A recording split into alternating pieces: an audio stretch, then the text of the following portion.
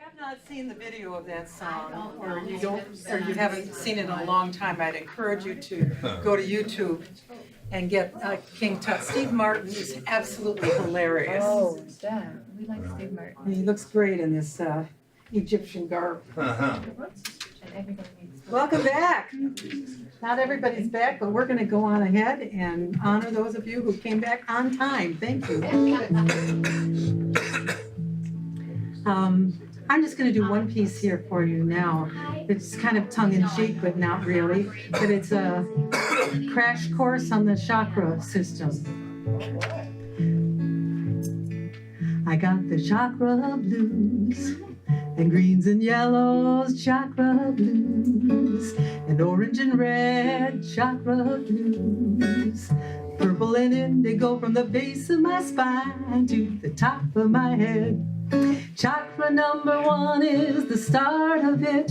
It's tribal, it's security, it's where we sit. It's fight or flight, it's balance, it's the densest vibration. Your ancestry, reality, and manifestation. Chakra number 1 is red, and it's right here on this chakra cloth. Although it looks more orange, but it's really red. Chakra number 2 is the sexy spot. Your reproductive organs, when you're hot, you're hot.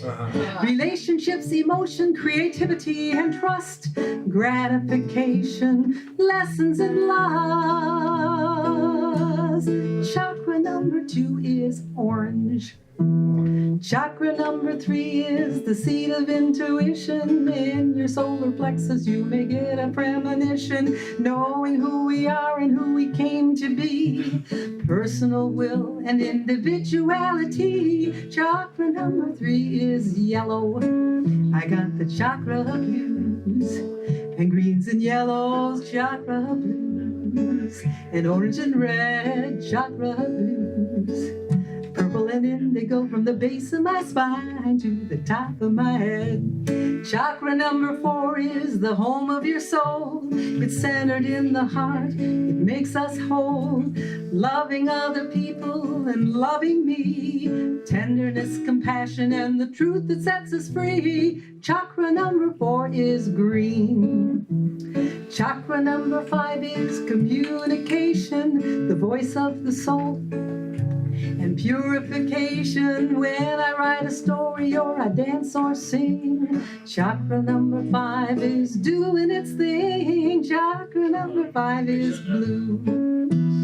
Chakra number 6 is inspiration, all your psychic powers and imagination. The third eye has the gift of inner vision. Be sure to check it out when you're making a decision. Chakra number 6 is indigo.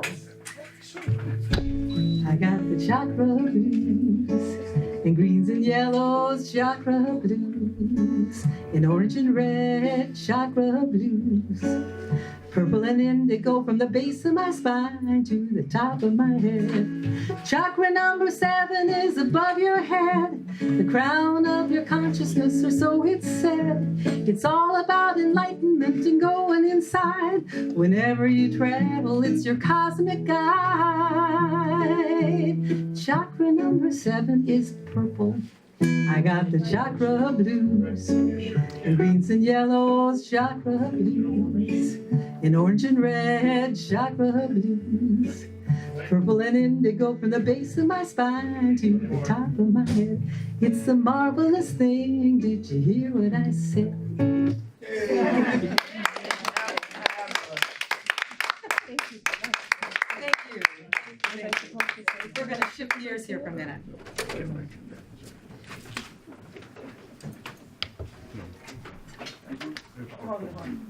Thank you, Pam, and welcome back from lunch, everyone, as we continue to enjoy Egyptian mysteries, the secrets of ancient Egypt here at the Coptic Center this afternoon, and hope you had a great lunch, had some good fellowship, and as we move the microphones around for Pamela, she will be speaking next. We're going to bring up Steve and Claudia. We have items that I just want to point out. You had a chance to browse the silent auction, but bids are still available. We welcome you to bid on our Coptic fundraiser today, and got the wonderful owl. Looks like a watercolor print. Go ahead, Claudia. Moonlight Garden. Moonlight Garden. And if you can hold that up. Yep, current bid is $25. Value is approximately $45, and encourage you to take a look at that when next break time comes around. Perhaps bid on that for the silent auction today. Also, Steve, he has a couple different items we're going to present of the many that are part of the auction. Oh, you want me to talk about it? Hey, go ahead. Oh, we have a. Oh, yeah, Adequate. Okay, I got to do the hand thing.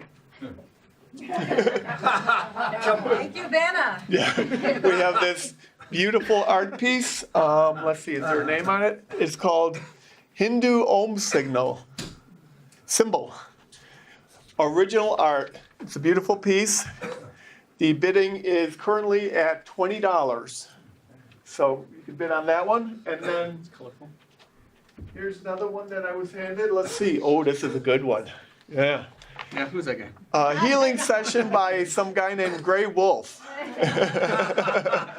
So this is a good one. Bidding is currently at $55, so that's a good one too, if anyone's interested there. I guess, is there anything else? That's all we have brought up here, though, but we. Whole room full of great items to bid on yet, and all proceeds to help benefit the Coptic Fellowship and events that do continue on here as we gather today. So, as I said, welcome back, and as we delve in further to the mysteries, we welcome our next presenter. It's your musician. It's a wonderful woman that is in love with a guy by the name of Pete, sitting next to her, and Pamela Chappell. And an afternoon of Egyptian mysteries does continue with her and her music. And she is a PhD, is a spiritual teacher, coach, and speaker. She's also a singer-songwriter. 6 CDs to her credit, and she performs and leads singing at retreats like ours, conferences, conventions, coffee houses in her native South Haven, and at various churches, and has performed, how about this, for President Jimmy Carter and the United Nations when he was the president. She was ordained with the International Metaphysical Ministry of Sedona, Arizona, with specialties in life between lives and spirit communication. Pamela does reside with Pete in South Haven, and we do welcome her wonderful presentation with wonderful pictures of ancient Egypt. Title today is What Egypt Can Teach Us About the Chakra System with Pamela Chappell. Thank you.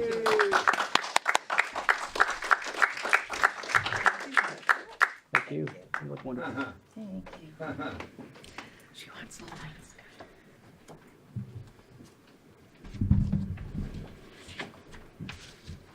All I can say is I wish I'd known some of this when I was in Egypt. I knew a little bit, but I've done a lot of research since then and learned so much more.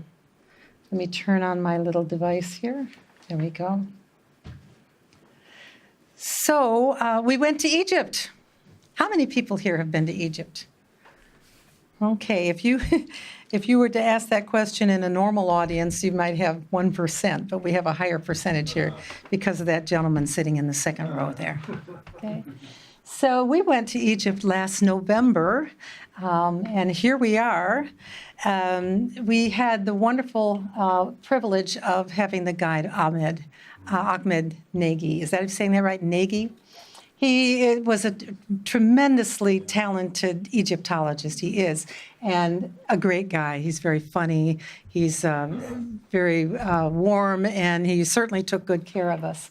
We also had along, you may have seen this guy on the left, I don't know, he's been wandering around here today. I think we were his 31st tour group to go to Egypt. So we really benefited from his wisdom. I don't know who that other guy is. But, for 3,000 years, Egypt was the most advanced civilization on the planet, and it left a great legacy. Everywhere you go, you see this message: God is everywhere. God is surrounding you. God is within you. The Egyptian people were the ancient Egyptian people were a very spiritual people. And they also had a kind of an obsession with death and the afterlife. As you can see here, this is the tomb of Hatshepsut. Some tomb, huh? Many of the temples throughout Egypt are tombs, and there are entire communities that were burial places. And this is the River Nile. The word Nile in Greek means leading, flowing, possessing, inheriting. The Nile is one of the longest rivers and the greatest rivers in the world. It goes from south to north, which is kind of unusual, and it flows for more than 500 miles. The Nile makes fertility possible in Egypt. Without it, they wouldn't have scenes like this along the roadside where gourds and other plants are growing. In, say, mid-June to about this time, the Nile overflows its banks and spreads its moisture and also sediment from the river to make the land right around it quite fertile. I wanted to show you this image I took from a hot air balloon where you can see the dramatic difference between the land that is fed by the Nile and the rest of the land. It's almost as if you can draw a line right there to show the difference. Because without it, Egypt would be a barren desert. And so the Nile in Egypt is extremely important to the people there. And it has almost godlike characteristics to them and meaning. You'll see many images of the Nile in hieroglyphs and in paintings and so forth throughout Egypt. For one thing, ancient Egyptians thought that the Nile flowed into the afterlife. And so when the ancient Egyptians built their temples, their pyramids, their tombs, they put a great deal of thought on how to locate them. And there are so many of these structures all over the country. It's amazing.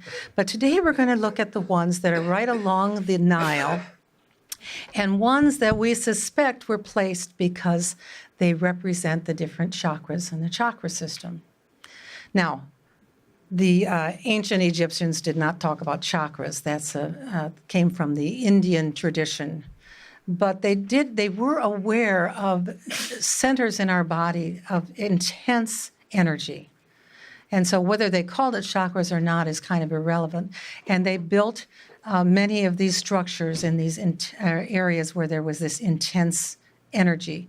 And another thing that happened was sometimes a temple would be built on a site where a temple had previously been built. And maybe there's another one underneath that one. So they had some sense of this is holy ground when they placed these structures. So what we're going to do, is take a look as we travel on the Nile. We're going to take a look at some of these various sites along the Nile. You'll see here, we're going to start with Aswan right here. And remember, when we flow downstream, we're going north. And we're also going up the chakra system. We're going downstream, but up the chakra system. So here is Aswan, here is Kamambo, here is Luxor and Karnak.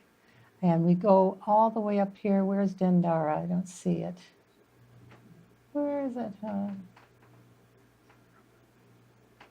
Anyway, the print is so small. There's Saqqara right here, which is just 30 miles south of Cairo. And of course, across the river from Cairo is Giza with the Sphinx and the pyramids. So we're going to see how the chakra system is kind of simulated in the placement of these different buildings. And you can imagine many of the ancient Egypt people felt that the Nile itself was just like the diagram of the human spine, finally ending at the brainstem at the very top there when it flows into the Mediterranean. Okay, well, I'm going to take a minute away from the Nile just to talk to you a moment about the chakra system. I imagine there are quite a few of you that know a lot about the chakra system, but there may be some here that don't. So we're going to just do a very quick cursory look at the chakra system. There's a lot that is happening, that is going on under the surface of our physical bodies. There's intuition, there's a kind of inner knowing, there's metaphysical knowledge, there's subtle energy, and more. So the body and our consciousness are forever linked. The term chakra, as I mentioned before, has its roots in India. It means, in Sanskrit, it means wheel or disc. And they have this notion of your chakras spinning when they're open and healthy. The chakra system has been a spiritual guide for mystics and yogis for over 4,000 years, so you can bet there's something to it. This is another image I really like of the chakra system because it shows you how it isn't just in front of you, it isn't just behind you, but it goes right through you, all these different chakras. And I also want to mention that there are more than 7 chakras. There are chakras in your hands and your knees and other parts of your body. But today we're going to focus on the 7 key chakras that I sang about in my song before, okay? So I know you aren't going to be able to read the print on this, but I wanted to have you see this figure here and also the colors in the chakra system. So we're going to do this very quickly. The root chakra is shown here in red. Red is always the way that the root chakra is displayed. It's located at the base of the spine, and the root chakra has to do with survival, security, and the urge for life. And that will come into play when we look at where that particular structure is located. The sacral chakra, if you put your thumb in your belly button and then open your fingers like this, that's the sacral chakra. This is always depicted as a kind of an orange. These colors aren't really true, but it's a kind of an orange. And it's located, as I say, just below the navel. This has to do with creativity, relationships, sexuality, life unfolding, but specifically about relationships. Root chakra is me, me, me. Okay, it's how the babies in the first 3 years of our lives were very concerned about getting fed, staying warm, being changed, our diapers being changed, all that kind of thing, right? But when we move along in our progression, we look at other people and relationships. That's the sacral chakra. The third chakra is always shown as yellow, and it's the solar plexus.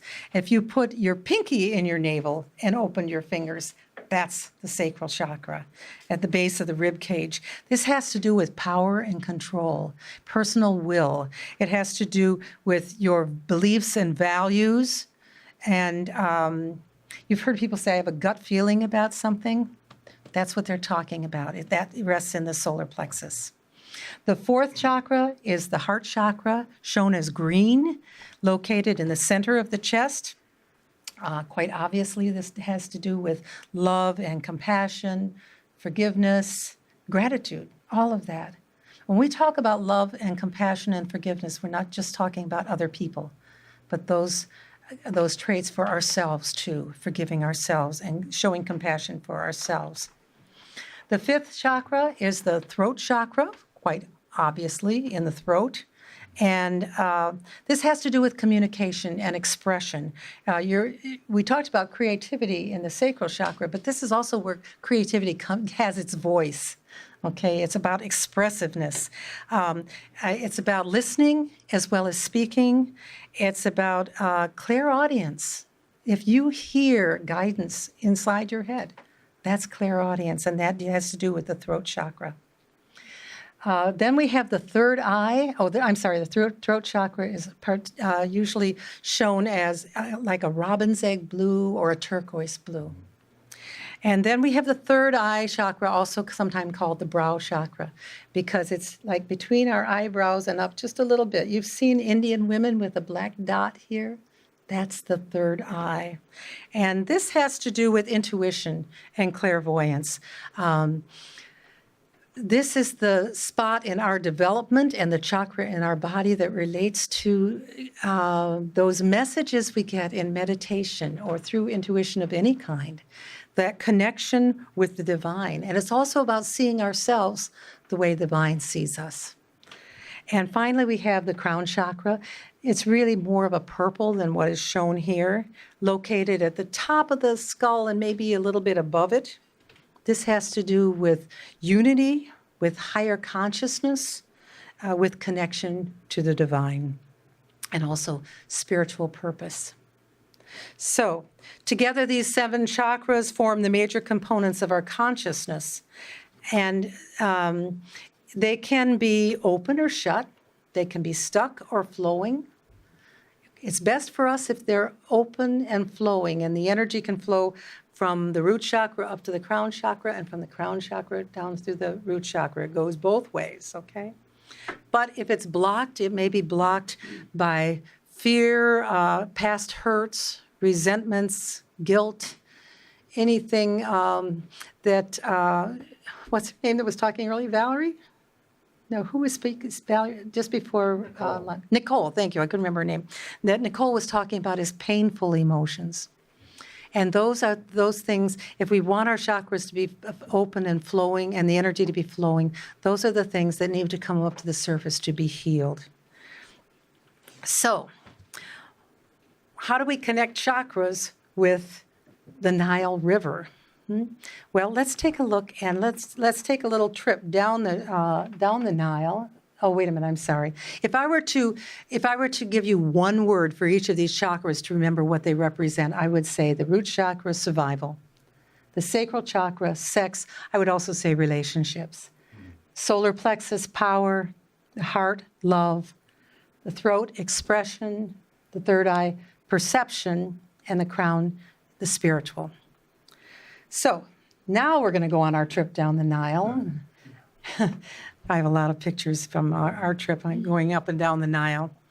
As I researched this, there were some differences of opinion about where different temples and other structures were that related to the different chakras, but almost everyone agrees that the root chakra is based in Aswan.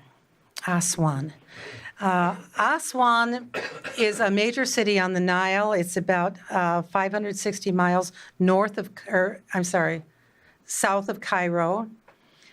And there's a wonderful temple there to the goddess Isis in Philae, which is part of Aswan. She was the goddess of marriage, fertility, motherhood, magic, and medicine. Now, remember I said that the root chakra had to do with survival, but also the yearning for life. So when we talk about motherhood and fertility, that's a good match. Also, the ancient Egyptians thought that Elephantine Island was where the source of the Nile was located. We have found since that there are several different sources of the Nile, but they believed that this was the dwelling place of Khnum, who is the god of creation. He has a head that looks like a ram, and he was the god of creation and survival, lust, and lessons. So you can see a good match there. There are pictures of him all over the place. This is his potter's wheel, and from the potter's wheel, he's taking clay and forming human life. You see, so you can see how there's a real connection there to the root chakra. The root chakra is about our core beliefs about worthiness of life.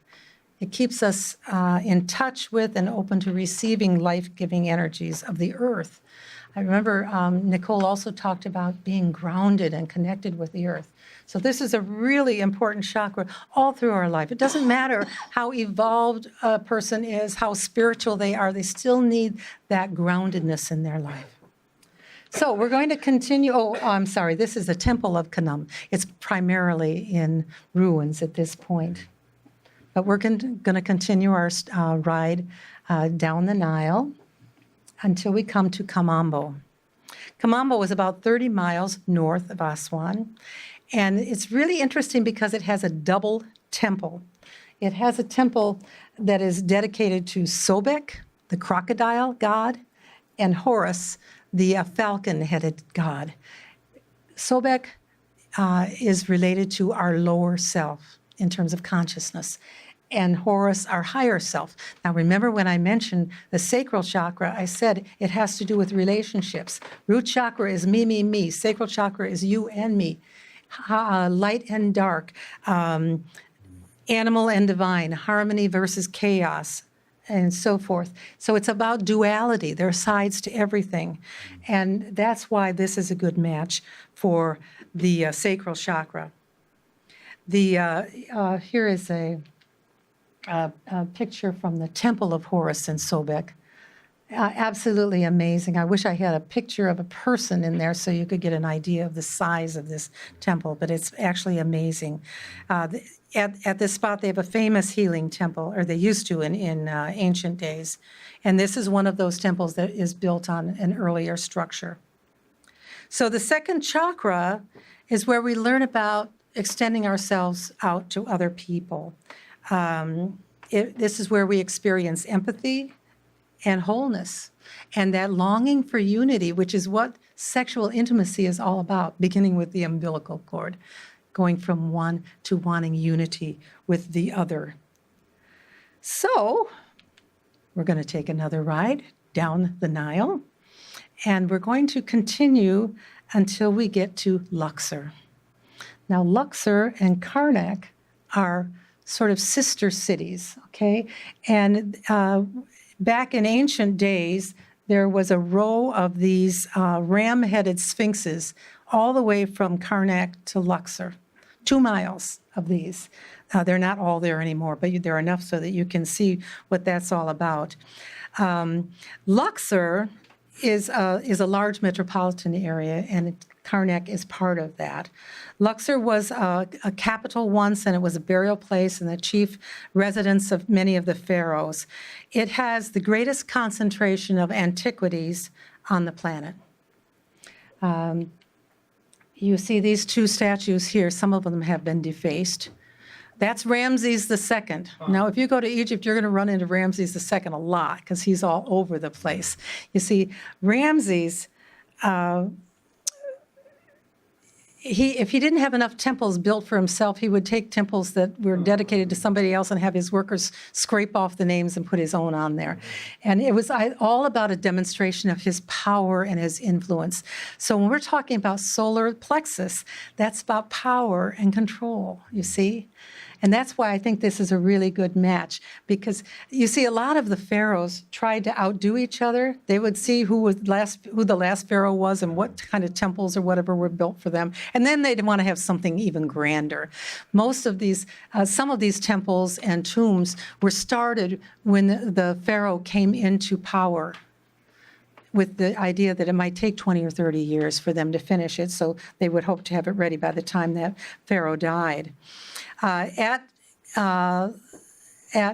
Karnak, Karnak is the biggest temple complex in the world. It's huge, and it possesses a kind of a complex feeling of energy, magical energy and potential.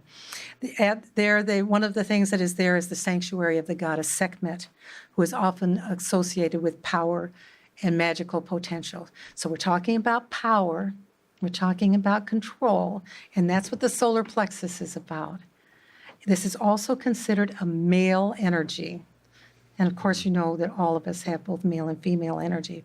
But this is a good match for the solar plexus chakra. So now we go down the river further, and we come to Dendara. I love Dendara. Dendara is, it's about 60 miles north of Luxor. It's a very old and holy place. It's considered one of the tombs of Osiris, who was the god of the afterlife, the underworld, and rebirth. But one of the things that is here is a temple to Hathor. I love Hathor, too. You do, too. Hathor is so cool. She's always shown with these horns that go up. They represent a cow. And I mean, in our culture, we don't want to call a woman a cow, but when you think about it, the cows give milk, and that's a nurturing kind of thing. That's why they show her with the horns, and then the disc in the middle represents the sun god. So Isis also wears a headdress like this sometimes. But Hathor was really cool. She was the goddess of love, music, pleasure, creativity, joy, all those good things. You may have heard her Greek name, which is Aphrodite. Okay. So Hathor is considered the greatest of the Egyptian goddesses, and she also is connected with healing. Dendara has long been a pilgrimage site for people looking for healing. Some of the I have one image of the temple there, and you can't see it real clearly, but some of the colors, do you see the blues along the top and so forth, after thousands of years are still there. And you can also get a sense of the size, the immensity of this temple by looking at the people at the bottom. So this is a very good match for the heart chakra that contains the ability to love and to feel compassion, both for yourself and the world outside. This is where we begin to learn about our divinity, our oneness with God and with all that is. Here is inner peace and rest. And they consider the heart chakra to be more of a female energy. So we have that male and female energy in both of us. The next chakra we're going to look at is a kind of a balance between the two. So once again, we take our boat ride down the Nile, and we come to Sakara. Sakara is related to the throat chakra. Now remember, that's the portal for communication, okay? This was a burial city from Memphis, which was just outside of Cairo. It's not there anymore. But it was a burial city. There's this huge necropolis built for the kings and the nobles of the Old Kingdom. Here you will find the step pyramid, which is supposed to be the oldest pyramid in Egypt, at least the oldest one that still exists. And you can see it was built kind of like the layers of a cake, just one layer upon another, which was a kind of a primitive approach to pyramid making, but it was very significant in the time. You can see they're still doing some excavation there. 9 years ago, they found 20 mummies in Saqqara. So there's not done excavating in Egypt, not by a long shot. But now what does this have to do with communication? Well, Saqqara is aligned with the god Thoth. And you'll see him on the picture on the back wall here too. Thoth is the god called the enlightened communicator, the wisdom keeper, the holy scribe, the architect of wisdom. So that all has to do with communication, and that's a good combination. Okay, now we get into Giza. I'm sorry, I could not resist this. Hey, Pam, Huh? where do camels go at night? Where do camels go at night, Peter? Camelot.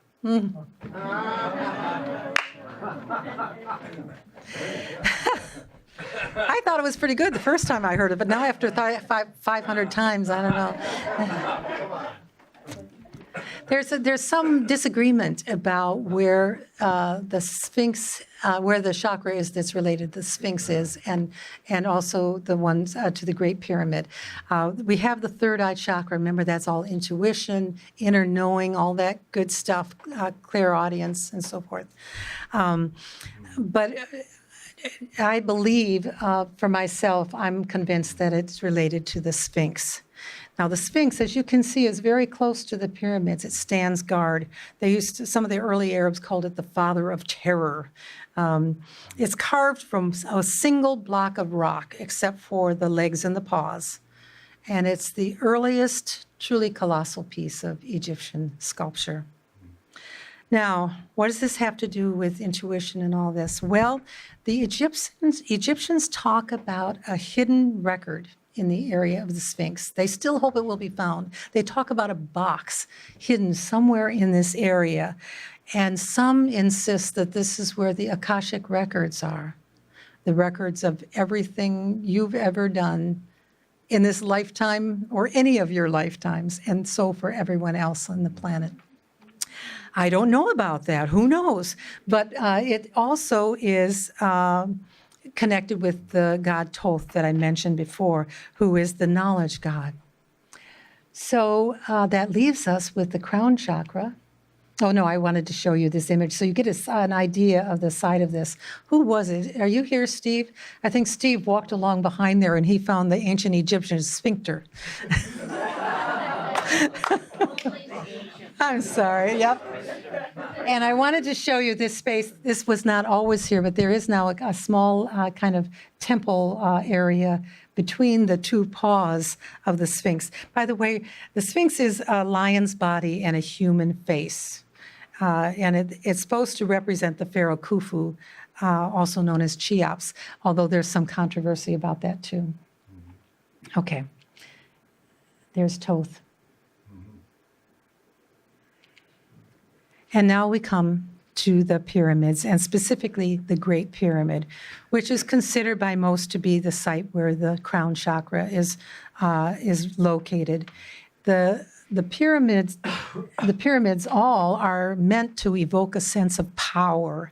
And they also give this sense of ascending, because you're going up as you go. Man's aspiring to divine mystical union with universal consciousness. I've included this picture with one of our group just to give you an idea of how large the blocks are that make up the Great Pyramid. They are between 2.5 and 16 tons each block, and the Great Pyramid has 2.3 million of them. So this pyramid is a wonder of design and engineering. They're still trying to figure out how it was built. Pete is convinced it was built by aliens, and who knows? Who knows? But anyway, what I showed you a moment ago is the stairway that took us up into the king's chamber. Now, this was no small feat. Because although it's hard to tell here, half the time you're bent over because it's only about 4 feet high. And these are not stairs; they're just it's a ramp sort of thing, and the things on the floor are just so you don't fall backwards. If I'd known we were going to have to do this, I don't think I would have gone, John. But I'm glad I did, because here's the other thing: it's not always an easy path. Awakening and enlarging your consciousness. There are difficult things you have to face as you're going up. So that whole thing of ascension is mirrored in the Great Pyramid. I'm going backwards. Sorry. I don't have to get used to this. There are other pyramids there, of course, the 2 other large pyramids and a number of smaller pyramids that might have been for wives or other people in the government. But I wanted to show you this image of the chakras because I like what it does with the crown chakra. It's like it explodes. And some of the sources that we're talking about where the crown chakra is represented talked about that the pyramid has a portal to other dimensions, you see, and that the crown chakra is actually in other dimensions. It's beyond this world. So, just to review, the root chakra, based in security, was in Aswan. The sacral chakra, Komambo, about relationships. The solar plexus, Karnak and Luxor, having to do with power. The heart chakra, Dendara, about love. The throat chakra, Sakara, about communication. The third eye, about the Sphinx and knowing. And the 7th chakra, the crown chakra, a oneness with God, the Great Pyramid of Giza. The Great Pyramid represents the highest consciousness, the opening to all possibilities in the spiritual world. And that's where we're all going. That is the path we're all on, whether we realize it or not, from the time we're born, and actually in many lifetimes. So we are moving in that direction, and this is a mirror to show you in a very physical way how that is represented here. So this fellow wants to say goodbye to us, and I say goodbye to you. Thank you. Thank you.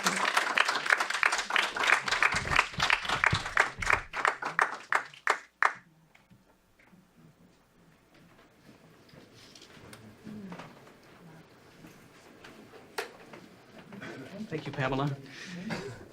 Wonderful tour of Egypt for those that have not been there, and a nice revisit for those that have. And thank you for sharing that with us. Wonderful. And It's one of the ways of part of our Coptic tenets of interpreting ancient truth in the light of modern scientific discoveries as we promote the merging of science and religion into oneness. And there's a lot of symbology as we just had a nice experience up and down the Nile all this afternoon. And so you have the lunchtime sleepies, right? Anybody? Anybody in back row over there? Okay. It's time we get to have you stand up, and please welcome Minister Laura Joy Veneman with another activity to get you moving, okay? All righty. Take a great big deep breath and stretch and stretch and stretch and stretch.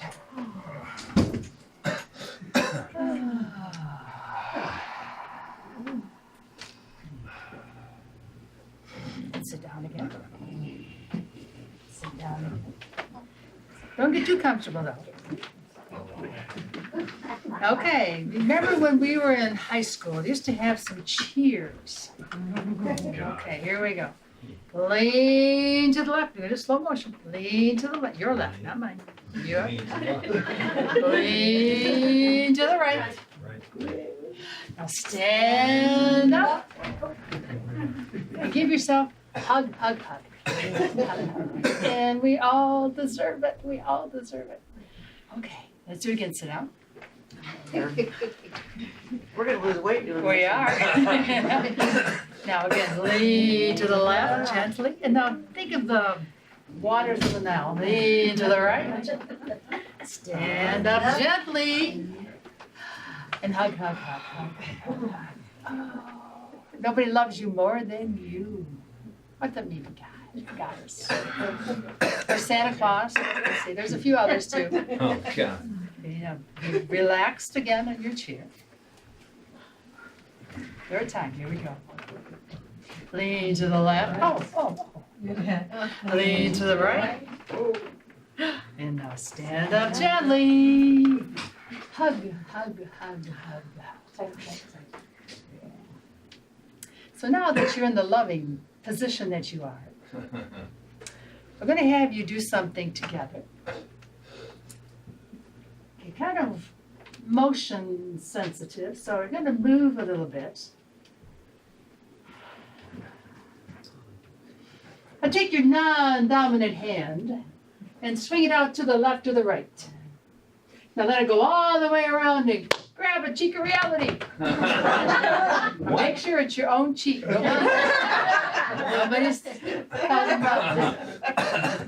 And now take the other one and go behind there too. Now bring it up to your heart. When you know where your behind is, you can always be sure that your head and heart are not hard to find. Aho.